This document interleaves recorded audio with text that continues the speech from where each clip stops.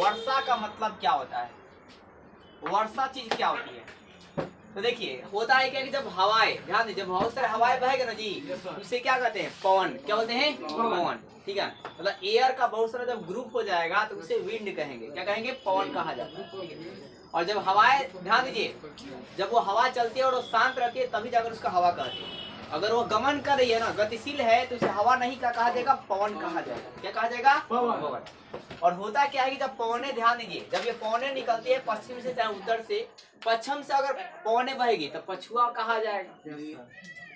ठीक है, उत्तर से निकलती है तो बोलते उत्तरा हवा बह रही है, उत्तरी बह रही है, ऐसे बोला जाता है। तो जब ये हवाएं बहती है, ध्यान दीजिए, जब पछुआ हवा चाहे मतलब कोई भी हवाएं जब पवने जब बहती है ना, और जब वो पानी से, ध्यान दीजिए, जब समुद्र के इलाका से क्रॉस करती है, सुनेंद्रा जी, जब समुद्र के इलाका से क्रॉस करेगी ना, तो यहाँ से वो पानी को उठाएगी।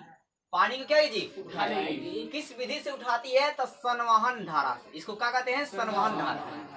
अब ये पानी जब उठेगा ना, तो यहाँ ऊपर क्या होगा कि जैसे जैसे आप ऊपर जाते हैं तापमान में गिरावट आता है। जैसे जैसे आप ऊपर जाते हैं तापमान में क्या आता है, गिरावट। अब जब तापमान में गिरावट आएगा ना, तो संघनन की प्रक्रिया होगी। क्या होगा, संघनन की प्रक्रिया होगी। और संघनन की प्रक्रिया, जो ये पानी वाला मटेरियल है ना, जो वाष्प बन के ऊपर जाएगा, वो वाष्प क्या होगा भाई साहब, बादल बन जाएगा। वो क्या हो जाएगा जी, बादल बन जाएगा। और फिर आपका है क्या कि जब हल्का गर्मी होगी, ध्यान दीजिए, तो फिर यही बादल क्या होगा, बारिश के रूप में नीचे आपका। और बारिश के जो बूंदे हैं ये गोल क्यों होता है, किसके कारण बताइएगा आप लोग, पृष्ठ तनाव के कारण। बारिश की बूंदे गोल क्यों होती है, पृष्ठ तनाव कारण। अच्छा कॉम्पिटिटिव क्वेश्चन है कि बारिश का बूंदा जो है गोल क्यों होता है, पृष्ठ तनाव। एक बार आप वर्षा को फिर से समझ लीजिए। बोला क्या कि जो पवन होती है, जो हवाएं होती है, जब वो क्रॉस करती है और पानी के इलाका से गुजरेगी तो पानी को उठाएगी। पानी क्या करेगी, उठाएगी। और फिर अगर थोड़ा कोल्डिंग होगा, ठीक है, ऊपर जैसे उठेगी तो मतलब संघनन की प्रक्रिया होगा, बादल बन जाएगा। क्या बन जाएगा, और वही बादल आगे क्या होगा जी, वर्षा होगा। और फिर हवाएं जो आगे गुजरेगी ना, तो आपका वर्षा में मतलब नमी में आस्ते आस्ते कम होते जाएगा।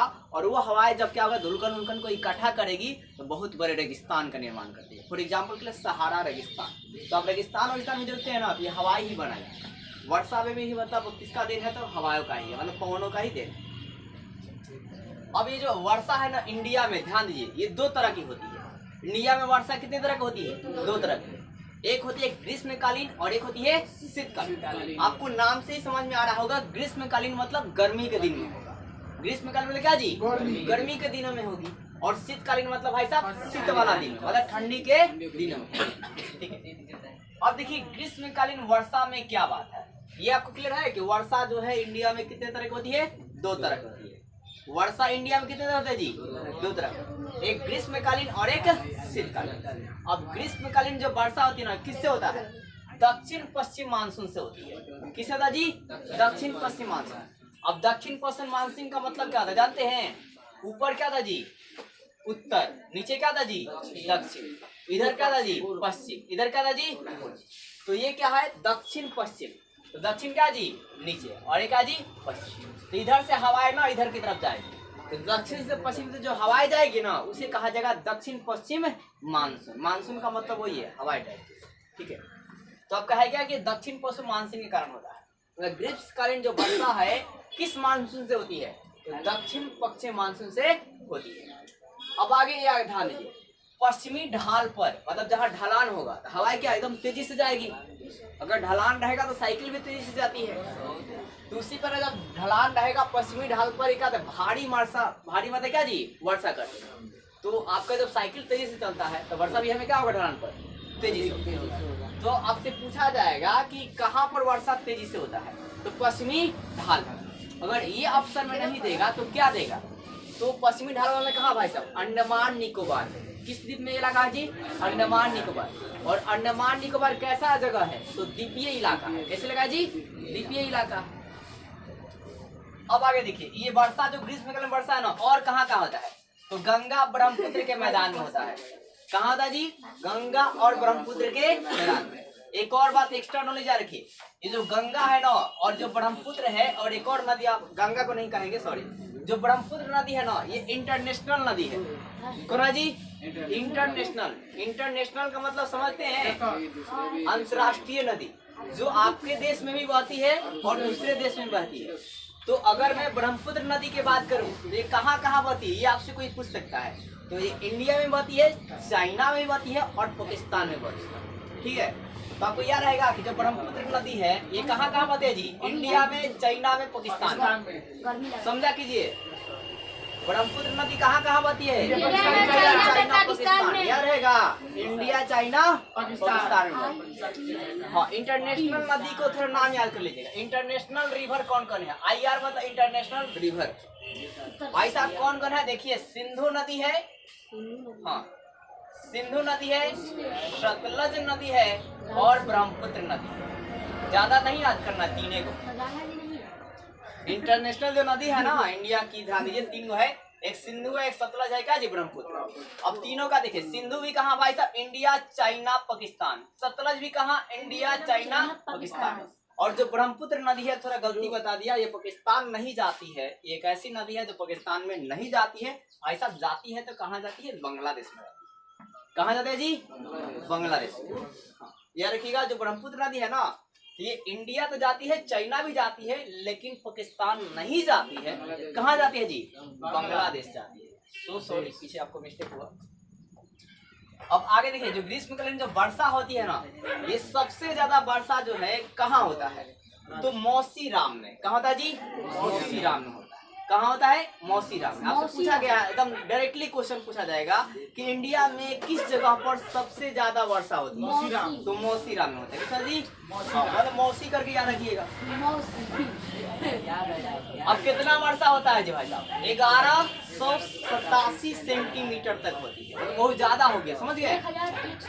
और ध्यान दीजिए, वर्षा जो है ना, ग्रीष्मकालीन जो वर्षा होती है, ये कितना होता है? तो 250 सेंटीमीटर से अधिक होती है।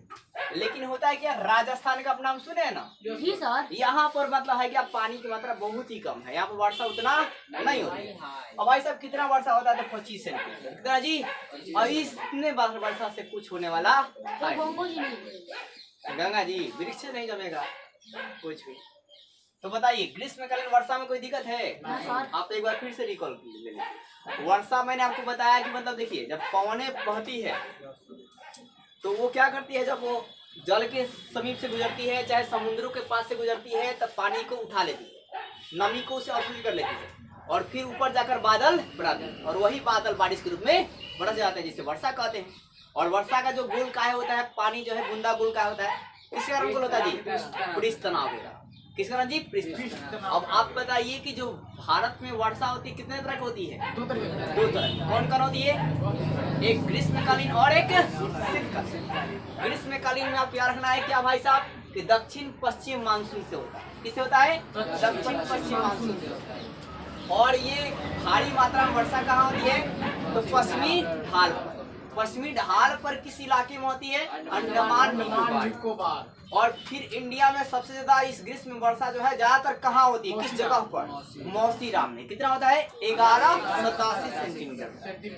और अधिक वर्षा माना जाता है 200 कितना जी? 50 सेंटीमीटर। और सबसे कम कहाँ होता है जी? राजस्थान। कितना होता है? 25 सेंटीमीटर। फिर मैंने आपको बताया कि इंटरनेशनल रिवर कौन सी है? सिंधु, सतलज और ब्रह्मपुत्र। इंटरनेशनल यानी कि अंतर्राष्ट्रीय नदियां जो है कौन सी है?